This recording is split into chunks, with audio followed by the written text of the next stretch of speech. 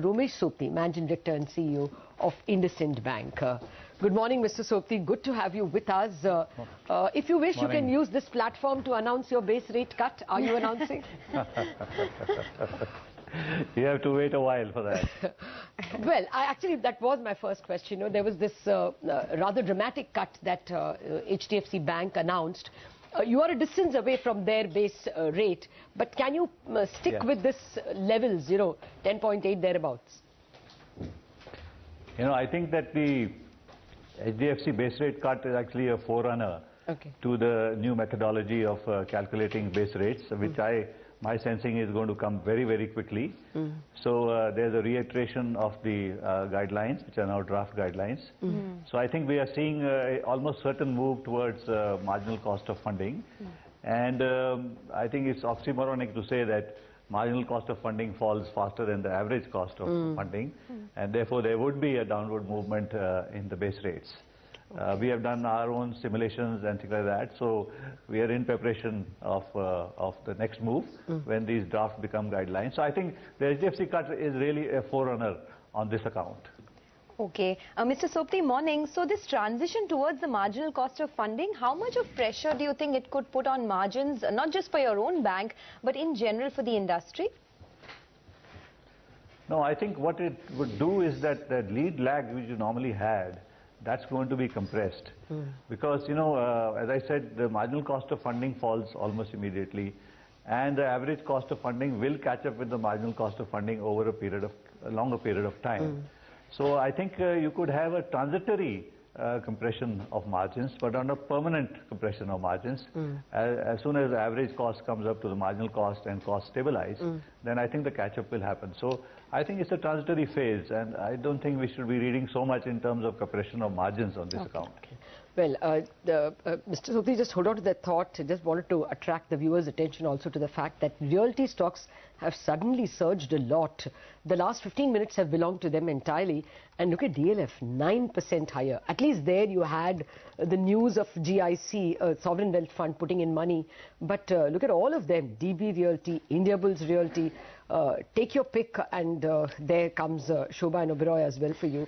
A lot of these stocks are jumping about, and it could also be partially in response to the fact that Mr. Sopti is making a very strong argument that lending rates are going to fall.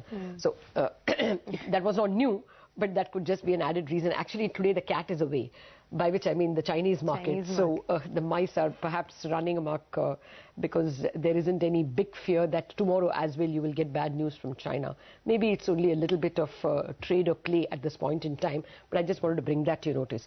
Mr. Sopti, what is your sense about how much rates can fall in the first place? I mean, even at the current Reserve Bank repo rate and the current inflation rate of 3.7, deposit rates are a distance. I can't see any reason why deposits should be collected at 8.5% and 8% if loan growth in the system is as low as 8.6%. It kind of defies logic. So would y'all price your raw material much lower? Do we see 7.5% for FDs sometime soon? And if yes, when? Yeah, I think that trending is certainly already visible, and I think that the real interest rates have to fall. If you look at the 75 basis points already done, and if there's a trigger of another 25 basis points, there's 100 basis points which we need to catch up on. And I think on an average, the industry is actually only about 25-30 basis points. So that leaves a gap of about 60 or 70 basis points, and that catch-up is going to happen. And we are certainly seeing a reduction in the cost of deposits. Marginal cost of deposits was certainly far ahead, and averages are catching up. So I think that there is room to get to that 50 to 70 basis points further reduction for banks in the coming quarters. Okay, 50 to 70 basis points. Suddenly, Mr. Sopti, in the last many months, there's been so much competition in the banking space. And I wanted your thoughts on how disruptive this whole payments bank issue can be, considering that it seems very evident now that mobile technology will perhaps be a game changer going ahead. I know for a bank like yours, you have a strong competitive advantage in vehicle financing, etc. But do you think that the new payments banks will complement the industry, or will it go ahead and compete with the industry? Personally, I am not so fond of this word disruptive. Because I think disruption really happens and has a very short transition, and reality catches up very, very quickly. And the reality is that at the end of the day, sustainable businesses can only be formed out of sustainable profits. If you're working on a single product basis, you've got to work out a business model that will give you sustained profitability.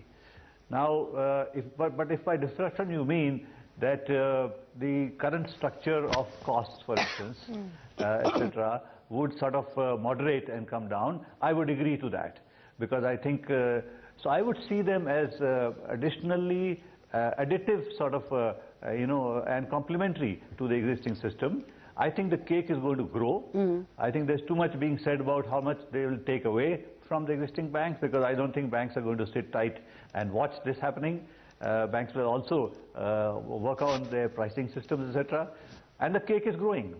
They will take away a piece of the growing cake. Okay. So I think it's complementary, and this whole issue about disruption and market shares moving dramatically, I think this will play out very, very quickly. Okay. Well, I'm wondering whether many of the banks will lose the money they make on their credit card business if too much of payments happen with the new guys. But separately, my question for you is now more on the asset side. Are you noticing the number of accounts in your SMA or special mention 1 or 2 declining? Is there a reasonable confidence that stress is coming down? Well, I can only talk about my listing. Of course, we have visibility of the entire banking system. Between banks, we know whose SMA is how much. Our SMA certainly has come down. The number is just a handful. You can count them on probably one hand. Overall, I think we have some degree of stability. I don't think there's massive additions to the SMA but the SMA pool is still pretty large. Okay. Can you just throw some more light on what the situation on the CV, on the commercial vehicle side is? Because we've been seeing a lot of pre-buying ahead of the, mandatory ABS norms. But the sense that we're getting from participants or from industry players is that there's no genuine demand. At best, it's the pent-up demand that was lying in the system. Are you seeing lower amount of stressed assets from the commercial vehicle space? Yeah, I think the commercial vehicle space is certainly showing traction, both on account of the viability of the transport operators and also on account of growth. We have seen in our book, for instance, that year on year, the MHCV part, let's talk only of MHCV, has grown 25% year on year, and we are seeing 6% growth now quarter on quarter. So I think clearly it's no longer just an uptick. I think it's a definitive trend. And I would think that this trend is in spite of the fact that a bulk of the mining sector, which actually draws a lot of these dumpers and loaders, etc. About 100,000 vehicles were sold at the peak. Right now it's only about 25,000. That will also add to this demand. Okay. So I don't think this growth is patchy. Other vehicle categories I am seeing patchy growth, but MHCV I see a very clear trending upwards. Plus the fall of about 14 rupees per litre on diesel prices puts about 14,000 rupees extra into the hands of the transport operator per truck per month. So that has to impact either in the number of days overdue reducing, or this is used as seed money for new vehicles, both of which are beneficial to players in this market. Yeah, let's hope he finds business for those trucks, sir. Well, just 2 numbers I want from you. Can you guide us on your margins, your NIMs this year, as well on your credit growth? Well, Lata, we never give guidance, any forward guidance. All we can say is that I think there are beneficial trends emerging in both our asset and liability profile. Plus, of course, we have more capital in our books, etc. So we believe that there has to be an uptrending over the next, whatever, 3-4 quarters on this thing. And the second point was... no, exactly, margins and loan growth. Yeah, loan growth, of course, loan growth, we are seeing that the rebalancing of the book is already happening. Okay. Our retail growth is now picking up pretty nicely and robustly, and we will rebalance the book, and I think our target of doing that around the 25%, that shouldn't be such an issue. Okay. Of course, this quarter we've also imbibed the diamond portfolio, so We'll probably see a higher growth. All right. More strength to you. Thank you very much, Mr. Sopti, for joining us with all those details. Thank you. That's the word coming in from IndusInd Bank. It was Ambit actually which has given a very strong buy on IndusInd Bank. We'll stay. We'll have to take a break, but we'll stay with our focus on base rates. KK Mistry, Vice Chairman and CEO,